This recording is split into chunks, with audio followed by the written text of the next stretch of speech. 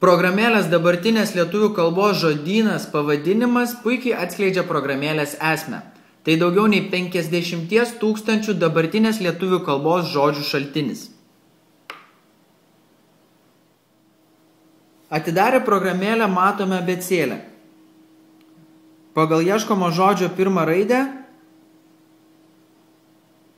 ją išsirenkame.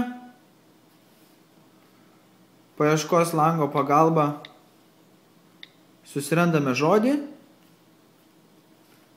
ir gauname jo paaiškinimą.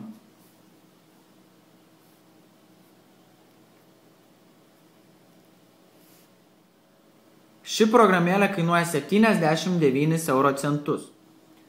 Tikiu, kad žodynas pravers visiems su lietuvių kalba susiduriantiems.